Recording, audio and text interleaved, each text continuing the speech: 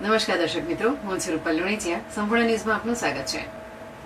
અમદાવાદમાં સહેલાણીઓ માઉન્ટ આબુથી પાછા ફરતા 3 પ્રવાસીઓ આબુ રોડના સેવા રોડ પરની એક હોટલમાં રોકાયા અને ખૂબ મજા કરી. તેઓએ ખાધું પીધું, પરંતુ જ્યારે તેમણે ₹10,900નું બિલ રજૂ કરવામાં આવ્યું ત્યારે તેઓ ચોંકી ગયા. બિલ જોઈને તેમના મનમાં એક યુક્તિ આવી. તેઓ વેટરને થોડા વધુ ઓર્ડર લાવવા માટે કહીને છેતર્યા અને તેઓએ કાર સ્ટાર્ટ કરી અને હોટલમાંથી ભાગી ગયા. અંદર રહેલા અન્ય ગ્રાહકોએ આખું નાટક જોયું અને તરત જ હોટેલ મેનેજરને જાણ કરી. મેનેજર અને વેઇટર બંને તેમની બાઇક પર હતા. તેઓ બોલિવૂડના સીનની જેમ તેમનો પીછો કરતા રહ્યા. તેઓએ છાપરી પોલીસ સ્ટેશનના એએસઆઈ ભવાનીસિંહને જાણ કરી. પોલીસે કારને અટકાવી, પરંતુ તેઓ નિષ્ફળ ગયા. તેમણે કાર રોકી નહીં. તેઓ ગુજરાતની સરહદ પાર કરી ચૂક્યા હતા. રાજસ્થાન પોલીસે ગુજરાત પોલીસને સૂચના આપી અને 22 કિલોમીટર પીછો કર્યા પછી આખરે ત્રણેયને ગુજરાતની સરહદમાં પકડી લેવામાં આવ્યા.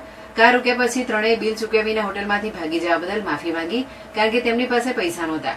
જ્યારે પોલીસ આવી ત્યારે પ્રવાસીઓ હોટેલ મેનેજરને કહ્યું તેમણે ઓનલાઈન પૈસા ચૂકવ્યા છે.